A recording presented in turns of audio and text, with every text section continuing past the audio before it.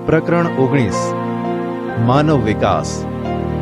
વિદ્યાર્થી મિત્રો, પરિવર્તન સંસારનો નિયમ છે।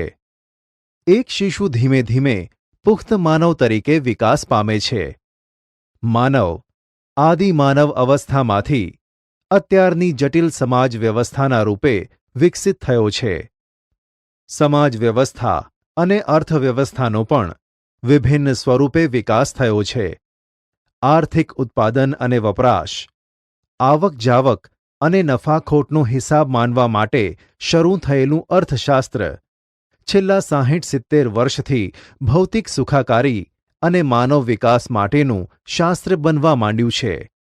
વિશ્વના અનેક દેશોના લોકોના જીવનની ગુણવત્તામાં ઘણો તફાવત જોવા મળે છે। બે દેશો વચ્ચે જ નહીં, પણ દેશના બે વિસ્તારો વચ્ચે પણ તફાવત જોવા મળે છે। જીવનની ગુણવત્તા સુધારવા અન્ન, વસ્ત્ર અને આવાસ જેવી મૂળભૂત જરૂરિયાતો સંતોષાવી જરૂરી છે। ત્યારબાદ શિક્ષણ, સ્વાસ્થ્ય, મનોરંજન વગેરે જરૂરિયાત ઊભી થાય છે। માનવ વિકાસનો અર્થ। આ શબ્દનો ઉપયોગ પ્રસાર માધ્યમો, રાજકીય નેતાઓ, વિવિધ સંસ્થાઓ અને સરકારો અવારનવાર કરે છે। માનવ વિકાસ શબ્દ સમૂહ માનવ ક્ષમતાઓના વિસ્તરણ, પસંદગીઓના વ્યાપ, સ્વાતંત્ર્યના વિકાસ અને માનવ અધિકારોના અમલ રૂપે વપરાય છે। માનવ વિકાસ કેવળ શિક્ષણ, આરોગ્ય, પોષણ અને સંસાધનોના નિયંત્રણ કરતાં કંઈક વધુ બાબતનો સંકેત આપે છે। માનવ વિકાસ એ માનવની આકાંક્ષાઓ અને જરૂરી હોય તેવી જીવન નિર્વાહની સુવિધાઓ વિસ્તારવાની પ્રક્રિયા છે। UNDP। માનવ વિકાસ એ વિકાસની દિશામાં માનવ કેન્દ્રિત અભિગમ છે। માનવ વિકાસનો ઉદ્દેશ દરેક માટે જીવનની એક સરખી પરિસ્થિતિ ઊભી કરવાનો છે, જેનાથી લોકો તેમની પ્રતિભા અનુસાર સાર્થક અને સર્જનાત્મક જીવન જીવી શકે। શરૂઆતમાં માત્ર આર્થિક વિકાસને જ માનવ વિકાસ તરીકે માપવામાં આવતો હતો। જે દેશની માથાદીઠ આવક વધુ, તે દેશનો માનવ વિકાસ વધારે એ જ માપદંડ ગણાતો, જેના લીધે દરેક દેશે તેની કુલ રાષ્ટ્રીય પેદાશ એટલે કે ગ્રોસ નેશનલ પ્રોડક્ટ GNP પર ધ્યાન કેન્દ્રિત કર્યું। આર્થિક વિકાસ છતાં લોકોના જીવન ધોરણમાં ખાસ કોઈ પરિવર્તન ન આવ્યું। માથાદીઠ આવક વધવા છતાં લોકોના જીવન ધોરણ કે સુખાકારી પર વ્યાપક અસર ના થઈ। આમ માત્ર આર્થિક વિકાસથી જ માનવ વિકાસ થઈ શકે નહીં। માત્ર આવક નહીં, પરંતુ આવકનો ઉપયોગ શી રીતે કરવો, તેના પર માનવ વિકાસ આધાર રાખે છે।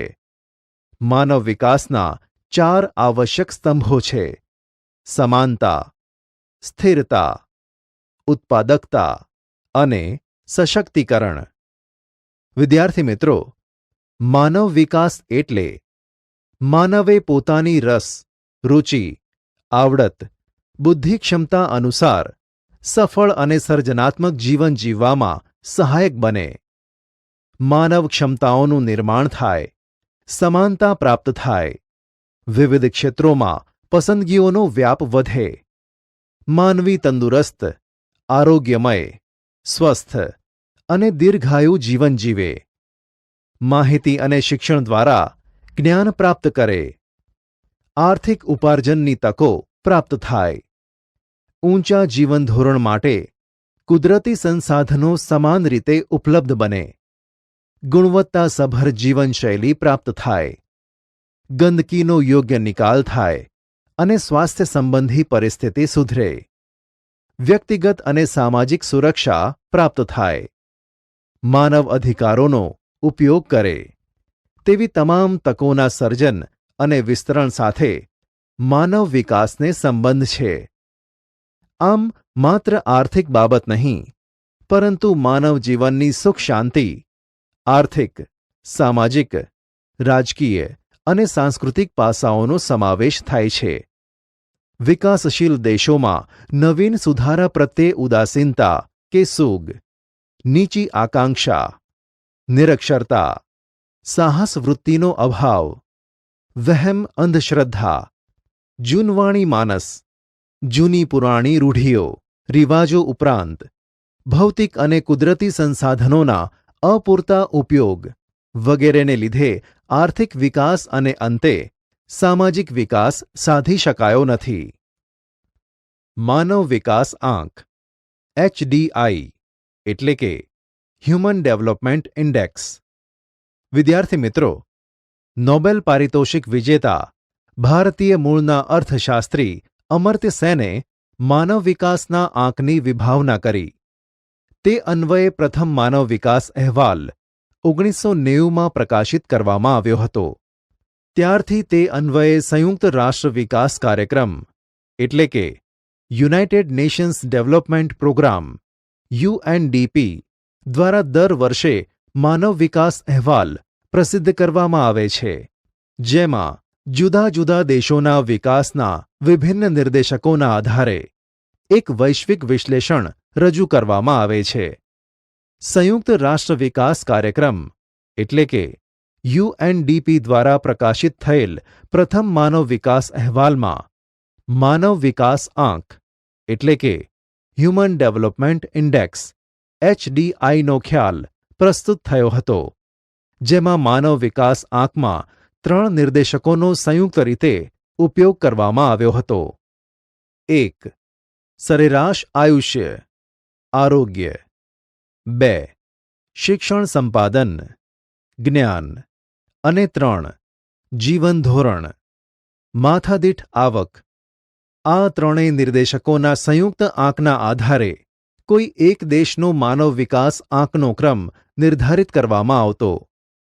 UNDP દ્વારા માનવ વિકાસ અહેવાલ માટે માનવ વિકાસ આંકની ગણતરી માટે વર્ષ 2009 સુધી આ ત્રણેય નિર્દેશકોનો ઉપયોગ કરવામાં આવતો હતો. આ માટે વર્ષ 2010થી અહીં જણાવ્યા મુજબની નવી પ્રવિધિનો ઉપયોગ કરવામાં આવે છે. 1. અપેક્ષિત આયુષ્ય આંક લાઇફ એક્સપેક્ટન્સી ઇન્ડેક્સ LEI સરેરાશ આયુષ્ય. આરોગ્ય અને દીર્ઘ આયુના માપન માટે બાળકના જન્મ સમયે તે કેટલા વર્ષનું આયુષ્ય ભોગવી શકશે તેવી અપેક્ષાને અપેક્ષિત આયુષ્ય તરીકે ઓળખવામાં આવે છે, જેમાં મહત્તમ 83.6 વર્ષ અને ન્યૂનતમ 20 વર્ષ નિર્ધારિત કરવામાં આવેલ છે. માનવ વિકાસ અહેવાલ 2015માં ભારતનો અપેક્ષિત આયુષ્ય આંક 68 વર્ષ છે. 2. શિક્ષણ આંક એજ્યુકેશન ઇન્ડેક્સ EI શિક્ષણ સંપાદન, જેના 2 પેટા નિર્દેશકો આ મુજબ છે. 1. શાળાકીય સરેરાશ વર્ષો mean years of schooling MYS 25 વર્ષની પુખ્ત વ્યક્તિએ શાળામાં વિતાવેલા વર્ષો, જેમાં ઉચ્ચતમ 13.3 વર્ષ અને ન્યૂનતમ 0 વર્ષ નિર્ધારિત કરેલ છે, જેમાં માનવ વિકાસ અહેવાલ 2015 મુજબ ભારતના શાળાકીય સરેરાશ વર્ષો 5.4 વર્ષ છે. 2. અપેક્ષિત શાળાકીય વર્ષો expected years of schooling EYS 5 વર્ષનું બાળક પોતાના જીવનના કેટલા વર્ષો શાળામાં વિતાવશે તે વર્ષો, એમાં ઉચ્ચતમ 18 વર્ષ અને ન્યૂનતમ 0 વર્ષ નક્કી કરેલ છે, જેમાં ભારતનો અપેક્ષિત શાળાકીય વર્ષો આંક 11.7 વર્ષ છે. 3. આવક આંક ઇન્કમ ઇન્ડેક્સ II જીવન ધોરણ જીવન નિર્વાહના માપન માટે માથાદીઠ કુલ ઘરેલું પેદાશ એટલે કે ગ્રોસ ડોમેસ્ટિક પ્રોડક્ટ પર કેપિટા GDP ને માથાદીઠ કુલ રાષ્ટ્રીય આવક ગ્રોસ નેશનલ ઇન્કમ પર કેપિટા GNI સાથે પ્રસ્થાપિત કરવામાં આવે છે. માનવ વિકાસ અહેવાલ 2015માં ભારતની માથાદીઠ કુલ રાષ્ટ્રીય આવક $5,497 અને માથાદીઠ કુલ ઘરેલું પેદાશ $5,238 છે. માથાદીઠ આવકની ગણતરી માટે જે તે દેશની આવકને અમેરિકાના ચલણ મૂલ્યમાં ગણવામાં આવે છે, જે સમખરીદ શક્તિ તરીકે ઓળખવામાં આવે છે. માનવ વિકાસ અહેવાલ યુએનડીપી દ્વારા વર્ષ 1990થી દર વર્ષે માનવ વિકાસ અહેવાલ બહાર પાડવામાં આવે છે. માનવ વિકાસ અહેવાલ વર્ષ 2015માં સમાવેશ કરેલ 188 દેશોને તેના માનવ વિકાસ આંક એટલે કે HDI મૂલ્યના આધારે અહીં દર્શાવેલા કોષ્ટક મુજબ 4 વિભાગોમાં વિભાજિત કરવામાં આવેલ છે, જેમાં નોર્વે 0.994 પ્રથમ ક્રમે છે, બીજા ક્રમે ઓસ્ટ્રેલિયા 0.935 અને સ્વિટ્ઝરલેન્ડ 0.930 ત્રીજા ક્રમે છે, તેમજ એશિયાઈ દેશ સિંગાપુર 0.912 11મા ક્રમે છે. ભારત 0.609 માનવ વિકાસ આંક સાથે 188 દેશોમાં 130મું સ્થાન ધરાવે છે, એટલે કે તે મધ્યમ માનવ વિકાસવાળા દેશોની શ્રેણીમાં સામેલ છે. આ અહેવાલમાં સૌથી નીચેના 188મા ક્રમે નાઇજર 0.348 છે. ભારતનો માનવ વિકાસ આંક વર્ષ 1990માં 0.428, વર્ષ 2000માં 0.496, વર્ષ 2010માં 0.586, વર્ષ 2014માં 0.604 હતો અને વર્ષ 2015માં 0.609 થયો છે. આમ ક્રમશઃ સુધારો થતો જોવા મળે છે. ભારતના પડોશી દેશોમાં શ્રીલંકા, ચીન, માલદીવની સ્થિતિ ભારતથી ઘણી સારી છે અને માનવ વિકાસ આંકમાં ભારતથી ઉપરના ક્રમે છે. ભૂતાન, બાંગ્લાદેશ, નેપાળ, પાકિસ્તાન, મ્યાનમાર અને અફઘાનિસ્તાન આ દેશો ભારતથી નીચેના ક્રમે છે. માનવ વિકાસ અહેવાલમાં પ્રથમ 5 દેશોની સાથે સરખામણી કરતા જણાઈ આવે છે કે ભારતે બધા જ નિર્દેશકો આરોગ્ય, શિક્ષણ અને આવક, માથાદીઠ આવક અને રાષ્ટ્રીય આવકના ક્ષેત્રમાં ઘણી મજલ કાપવાની બાકી છે. માનવ વિકાસને દેશના નિર્જીવ ભૌતિક સાધનોના નહીં, પરંતુ સજીવ માનવ સંપદાના વિકાસ સાથે સીધો સંબંધ છે. માનવ વિકાસ આંકમાં માનવ વિકાસની પ્રગતિ આડે જે પડકારો દર્શાવ્યા છે, જેના ઉપર સવિશેષ ભાર મૂકવામાં આવી રહ્યો છે, તેમાં 1. સ્વાસ્થ્ય એટલે કે આરોગ્ય, 2. લૈંગિક સમાનતા એટલે કે સ્ત્રી પુરુષ સમાનતા અને 3. મહિલા સશક્તિકરણ છે. સ્વાસ્થ્ય, આરોગ્ય. વિદ્યાર્થી મિત્રો, આરોગ્ય એ વ્યક્તિના જીવન માટે જરૂરી અને કિંમતી મૂડી છે. વ્યક્તિનું કૌટુંબિક, સામાજિક જીવન ઉત્તમ બને તે માટે સૌથી પહેલાં તેનું સ્વાસ્થ્ય સારું રહે તે ખૂબ મહત્વનું છે. ભારત સહિત વિકસતા દેશોમાં આરોગ્ય નીતિઓએ વસ્તી વૃદ્ધિ, સામાન્ય રોગો, કુપોષણ, અપંગતા, એઇડ્સ જેવા ચેપી રોગો, માનસિક રોગો અને તેને સંબંધિત મુદ્દાઓ પર ધ્યાન કેન્દ્રિત કર્યું છે. આરોગ્ય ક્ષેત્રે કરેલ ખર્ચ માત્ર જીવનની ગુણવત્તા વધારવા માટે છે એવું નથી, પરંતુ માનવ સંસાધન વિકાસનું એક રોકાણ છે. ભારતમાં આરોગ્ય ક્ષેત્રે પ્રગતિ થઈ છે.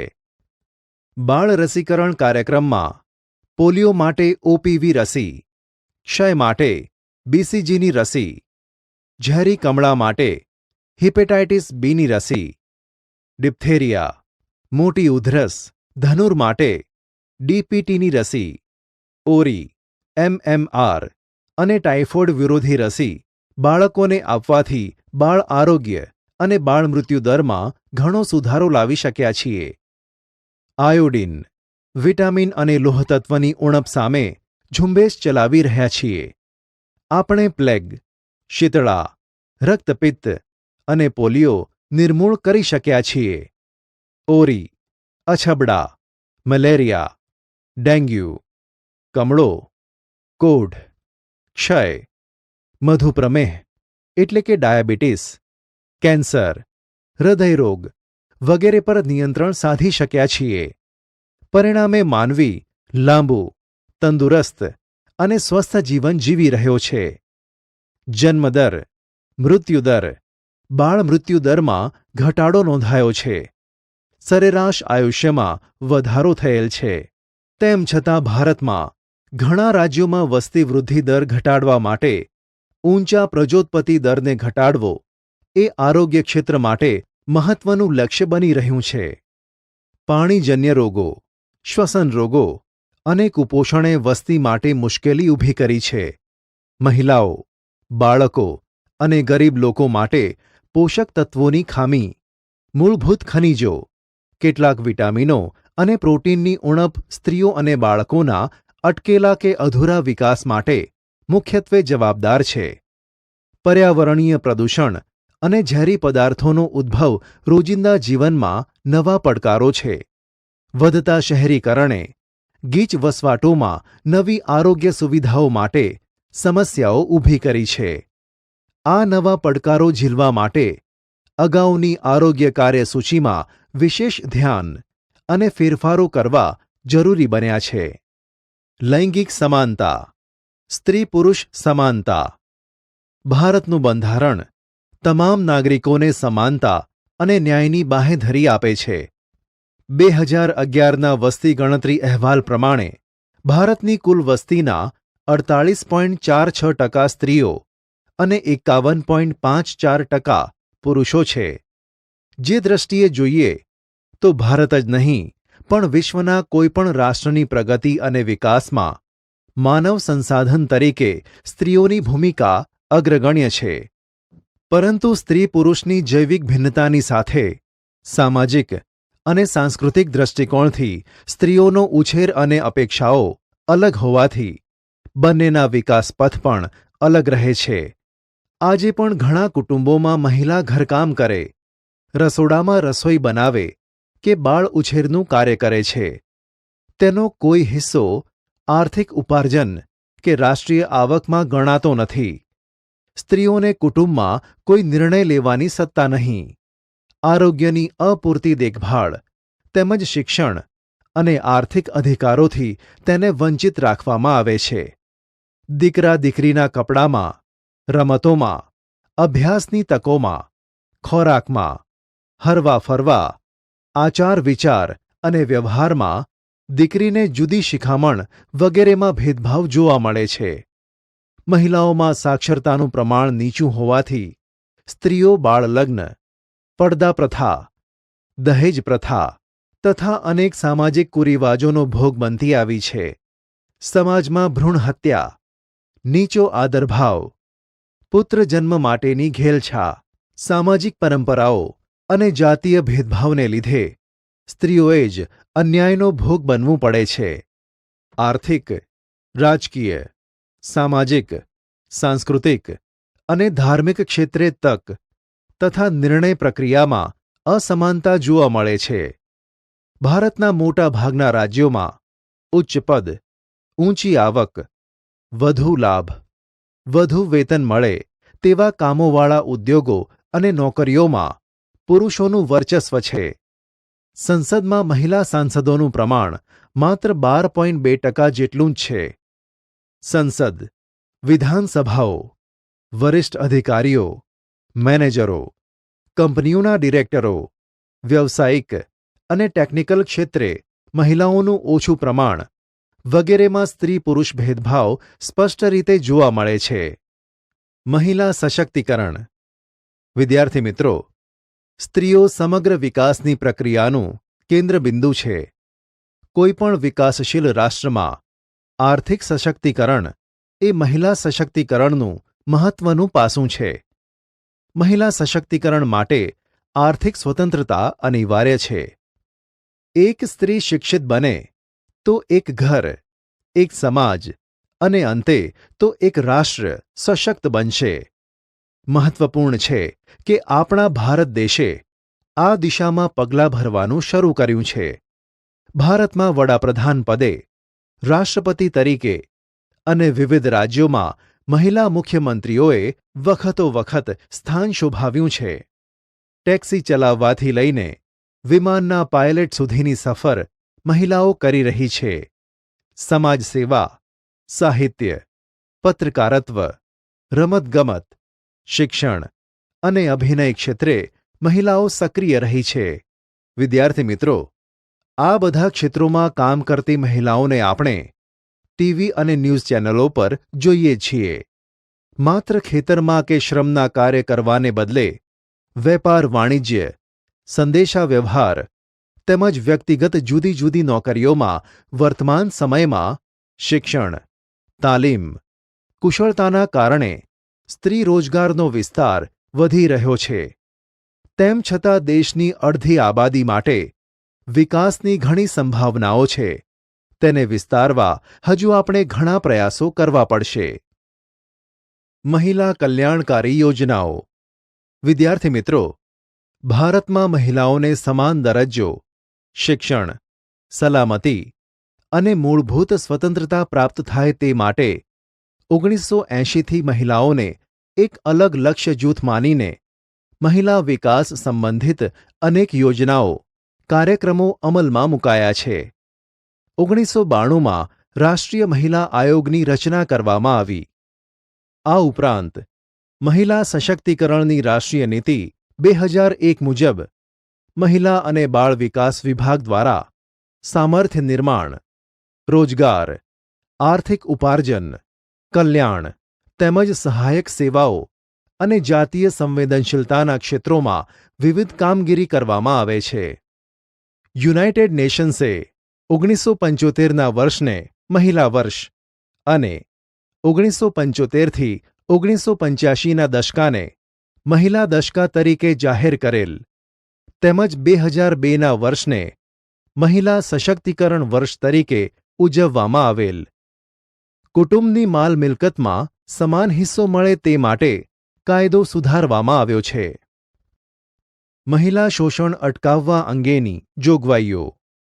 વિદ્યાર્થી મિત્રો, મહિલા સુરક્ષા અંતર્ગત વિવિધ પ્રકારની હિંસાથી પીડિત મહિલા તેમજ પોતાના વિકાસ માટે જરૂરી માર્ગદર્શન મેળવવા માગતી મહિલાઓને માત્ર એક જ કોલથી મદદ મળી રહે તે માટે 181 અભયમ મહિલા હેલ્પલાઇન શરૂ કરીને તેને સમગ્ર ગુજરાત રાજ્યમાં અમલમાં મૂકવામાં આવી છે. ગરીબ મહિલાઓ સહેલાઈથી ન્યાય મેળવી શકે તે માટે નારી અદાલતોની સ્થાપના અને મહિલાઓને સામાજિક, કાનૂની અને રોજગાર સંબંધિત સમસ્યાઓના નિવારણ માટે મહિલા કલ્યાણ કેન્દ્રોની રચના કરવામાં આવેલ છે. મહિલાઓના શારીરિક, માનસિક અને જાતીય શોષણ સામે રક્ષણ માટે સરકાર જાગૃત બની છે. સરકારી કચેરીઓમાં, ખાનગી વ્યવસાય અને ઘર નોકર તરીકે કાર્ય કરતી મહિલાઓને જાતીય સતામણી ના થાય અને સ્વતંત્ર રીતે કામકાજ કરી શકે તે માટે સંસદે કાયદો પસાર કરીને મહિલાઓને સુરક્ષા બક્ષી છે. મહિલા સમાનતા અંગે ગુજરાત સરકારની વિવિધ યોજનાઓ. મહિલાઓની સામાજિક, આર્થિક અને શૈક્ષણિક પ્રગતિ માટે ગુજરાત સરકારે વર્ષ 2001માં મહિલા અને બાળ વિકાસ વિભાગની રચના કરી છે.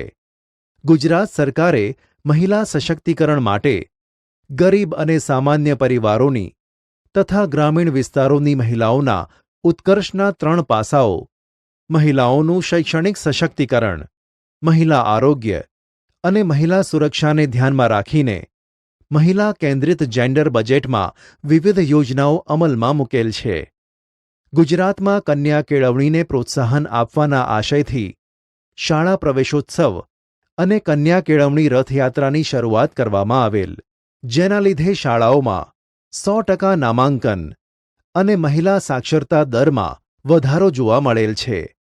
રાજ્યમાં 35%થી ઓછો સ્ત્રી સાક્ષરતા દર ધરાવતા ગામો તથા શહેરી વિસ્તારમાં વસતા ગરીબી રેખા નીચે જીવતા કુટુંબોની દીકરીઓને પ્રાથમિક શાળામાં અને માધ્યમિક શાળામાં પ્રવેશ મેળવતી વખતે વિદ્યાલક્ષ્મી બોન્ડ આપવામાં આવે છે. સરસ્વતી સાધના યોજના અન્વયે દર વર્ષે 1.5 લાખ કન્યાઓને વિનામૂલ્યે સાયકલો આપવામાં આવે છે. બહારગામ અભ્યાસ માટે જતી કન્યાઓને એસટી બસમાં મફત મુસાફરીની સુવિધા આપવામાં આવે છે. કિશોરીઓને પોષણયુક્ત આહાર તેમજ તેમના કૌશલ્ય વિકાસ માટે સબલા યોજના અમલી બનાવી છે. ગુજરાત સરકારે મહિલાઓ માટે સરકારી નોકરીઓમાં 33% અનામતની જોગવાઈ કરી છે. તેમજ સ્થાનિક સ્વરાજ્યની સંસ્થાઓમાં મહિલા અનામતની ટકાવારી 33%થી વધારીને 50% કરવામાં આવેલ છે. શ્રમજીવીઓ અને નિરાધાર વૃદ્ધોને પાછલી ઉંમરે જીવન નિર્વાહ માટે પેન્શન મળે અને તેમનું ભવિષ્ય સુરક્ષિત બને તે માટે રાષ્ટ્રીય સ્વાવલંબન યોજના અમલમાં છે. આ ઉપરાંત નિરાધાર વિધવા મહિલાઓ ઓશિયાળું જીવન જીવવા લાચાર ન બને તે માટે તેમને આર્થિક સહાય આપવામાં આવે છે. મહિલાઓને આર્થિક રીતે પગભર બનાવવા માટે સખી મંડળ દ્વારા સરકાર મિશન મંગલમ યોજના હેઠળ આર્થિક સહાય કરે છે. મહિલા આરોગ્ય માટે મમતા કાર્યક્રમમાં મોબાઈલ ટેકનોલોજી દ્વારા સગર્ભા માતાની નોંધણી કરીને તેને મમતા કાર્ડ આપીને શિશુ અને પ્રસૂતિ સંબંધિત મૃત્યુ ઘટાડવાની પહેલ કરવામાં આવેલ છે. તેમજ તેની નિયમિત આરોગ્ય તપાસ કરીને સારવાર તથા બાળકના જન્મ પછી રસીકરણ કાર્યક્રમ દ્વારા માતા અને બાળકની તંદુરસ્તીનો પૂરતો ખ્યાલ રાખવામાં આવે છે. બેટી બચાવો અભિયાન દ્વારા જાતિભેદ નાબૂદી માટે અભિયાન ચલાવી બેટી બચાવો, બેટી વધાવો અને બેટી પઢાઓ દ્વારા સ્ત્રી સશક્તિકરણમાં અગત્યનું યોગદાન આપેલ છે. અનુસૂચિત જાતિ અને જનજાતિના સામાન્ય પરિવારોની પ્રસૂતા મહિલાઓને ચિરંજીવી યોજના અંતર્ગત પ્રસૂતિ, દવાઓ, લેબોરેટરી તપાસ, ઓપરેશન વગેરે સેવા વિનામૂલ્યે પૂરી પાડવાની જોગવાઈ કરેલ છે. વિદ્યાર્થી મિત્રો, ગુજરાત સરકારના મહિલા અને બાળ વિકાસ વિભાગ દ્વારા મહિલા સશક્તિકરણ માટે વિવિધલક્ષી મહિલા કલ્યાણ અંગેની યોજનાઓ ચલાવવામાં આવે છે. આ યોજનાઓનો વ્યાપ વિસ્તારીને આપણે મહિલા સશક્તિકરણની દિશામાં રહેલા પડકારોનો સામનો કરી શકીશું.